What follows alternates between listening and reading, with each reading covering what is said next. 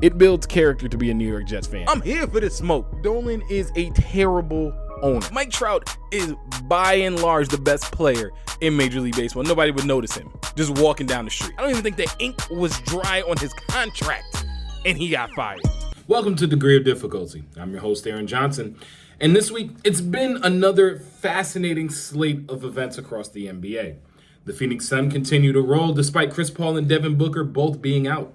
The Sixers look like they've got the best pick and roll game with Joel Embiid and a fat, suitless James Harden since Steve Nash and Amari Stoudemire.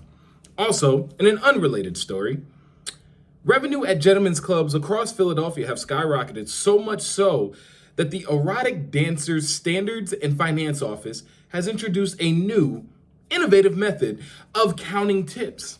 They call it the beard method.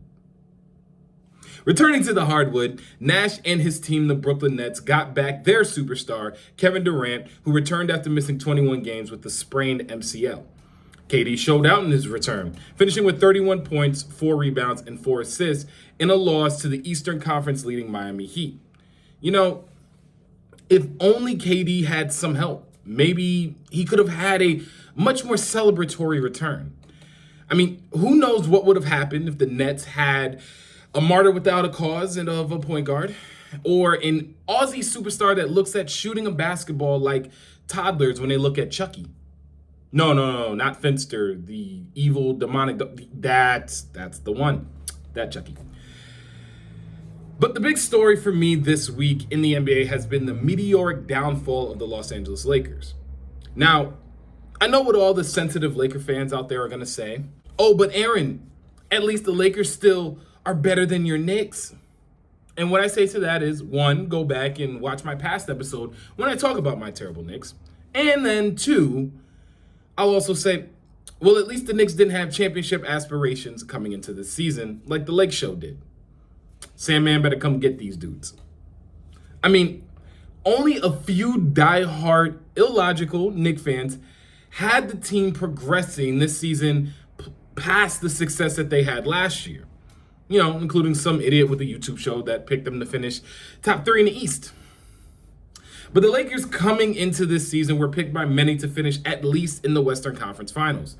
And here we are on March 5th, with LA sitting in 9th place in the Western Conference, 8 games under 500.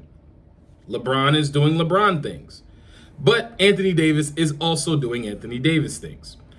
How in the world this dude ended up in the top 75 all time just continues to blow my mind. Russell Westbrook has gone over the hill faster than a cracked out Jack and Jill. Some have said Westbrook could build a house with the way he's brick shots this season, but the brother has hit the shot clock multiple times. He's not trying to build a house, he's trying to build a goddamn Taj Mahal.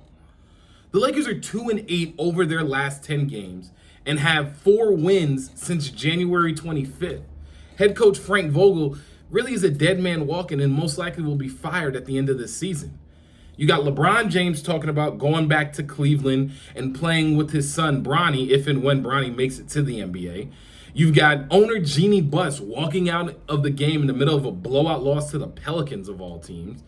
And you got the Lakers losing 7 straight games to the Clippers, including the season series this year. No Kawhi Leonard, no Paul George. Dr. Buss is rolling over in his grave.